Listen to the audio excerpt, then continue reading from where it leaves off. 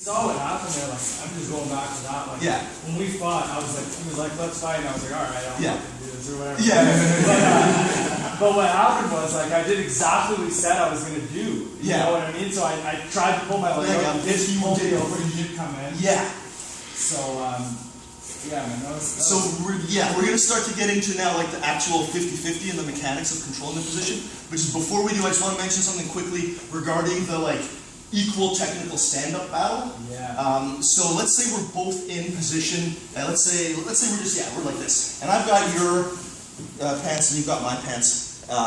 Only I'm just going to add a tiny wrinkle here before we go, and I'm going to ask you guys who you think is going to win the position. East Van guy. I abstain. Okay, can everybody see the difference of what I'm doing and what Walter's doing? You got lower lever. Right. If Walter's controlling my pants, he has indirect control of one of my limbs. He has proxy control. He has a piece of material that I'm wearing. I'm controlling his ankle. Right? So you can get into a little bit better so it's even more fair. Try a technical stand-up. I will win that battle. Unless I'm fighting Brock Lesnar, I'm going to win that battle every time. So, sorry? He doesn't know that move. Yeah, he doesn't know counter this move, exactly. Yeah. So this is a really important concept, which is direct control and indirect control. The pants are great, don't get me wrong. There are lots of times that you want to grip the pants. There are lots of times that you want to grip the sleeves and the collars and all that kind of stuff. But the reason we use the gi as a tool is it's supposed to teach you how to exert superior control over your opponent. There's a danger that you rely on it and you don't understand the nuances of control. And you can be that guy who's got just beastly grips and hangs on to people, and you achieve success because of an attribute. And again, it's not right or wrong, everyone's on their journey, but if you want to become more proficient in controlling somebody, you need to understand the difference between direct control of their body and indirect or proxy control. So like the gi can be awesome, but a simple example of that would be the arm drag. If I want to grip here, just break my grip, rotate. Exactly. Or let's say I'm making a grip here, break, like rotate, exactly. Now let's say I grip here. All right, do the same thing. Much harder. So that is the most direct control, and it's the end of the lever, which offers you the most mechanical advantage. So right now, this is the end of the lever. This is about the middle of the lever to my shin. So there's no inherent mechanical advantage to this, unless my leg's already in the air, and you're using it to pull my leg. Because now your proxy control is greater, right? If Walter was grabbing my ankle now, and he tried to pull my leg, probably not going to work. But now, that's going to work because the gi in this case enhances control. Is everybody with me so far? I'm not like I've lost you? Okay, so just keep that in mind as we continue onward, that direct control of the end of the lever, especially in positions where somebody's trying to stand up, is going to be superior to pant leg control just for that sort of biomechanical reason. And we're going to start to get into that as we go into the 50-50. So the first movement we're going to do from the 50-50 is we'll just start here. And we're going to have a top guy and a bottom guy. The top guy is going to be trying to stand up. The bottom guy is going to try to bring him back down. The way that I'm going to bring my opponent back down is using not direct lever application, but that rotational application I was talking about earlier. So if Walter, let's say you go to technical stand-up now. So there, yeah, just complete it, get all the way up to his feet. Exactly. So he's all the way up to his feet, and he's basically in base. I'm going to step on my foot. And rotate him back down, grab his knee, and just pull it a little bit tighter so he can't quickly withdraw it. Right? So again, he's going to technical stand up. I'm not even going to worry about it right now. I'm going to let him get all the way to his feet. I'll put my foot on my heel. Now it's two of my legs.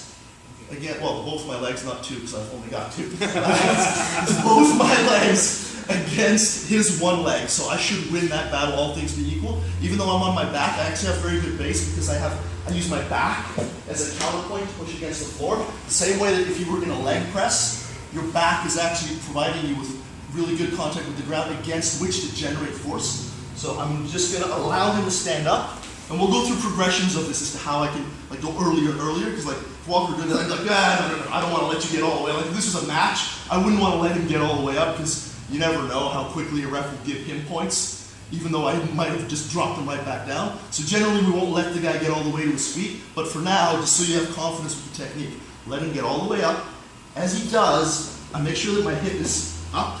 So if my hip is down, now, yeah, it's not gonna work. So my hip is elevated, I'm getting my foot on top of my ankle, so basically covering my heel and the side of my ankle here, and I'm gonna not push straight back, but I'm gonna rotate. It's gonna create a bend in his knee. Alright? And now, all I'm gonna do is have him stand up, and he's gonna do the same thing to me. So he's gonna lift his hip up off the ground, touch his foot to his heel, and rotate me back down, grab my knee right away, and then he's gonna technical stand up. Exactly. I make sure I follow him with my hip, holding his knee.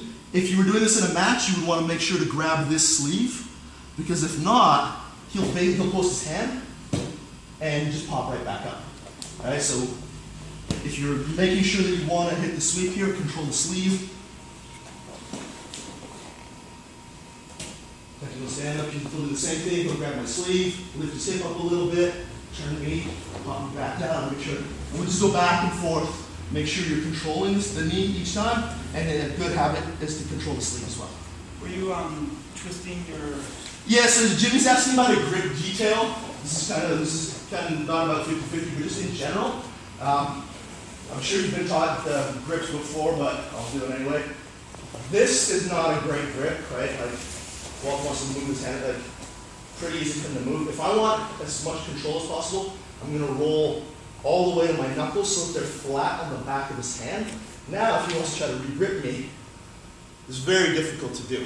So for instance, if we're in like a spider guard type configuration, and I just go like this, he's going to grab my pants right away, and now he's got an anchor point that he can use to pass. So if I make that grip before, and I go like that, now it's going to be harder for him to bring his hand in. So that's just like a bonus tip. If you want to give me like an extra $5 for it. It's just roll your knuckles all the way deep and kind of turn them out when you want to keep someone from grabbing your pants. Or if you're just trying for superior control, maybe we're starting here, and I get this grip, right? And let's say Walter only got like a shallow grip. I'd be like, wicked.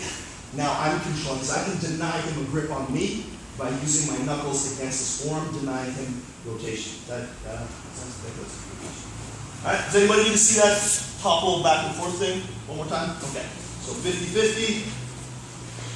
Partner stands up.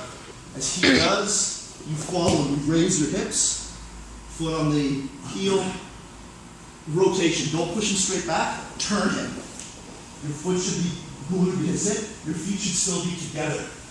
Just as you go through different variations of 50-50, if we're in a no-gi scenario, and I turn you and I go like this, well, I'm sitting in a heel hook.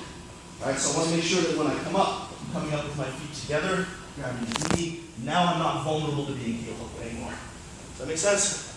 Cool, let's get to it. And again, if you have questions, follow my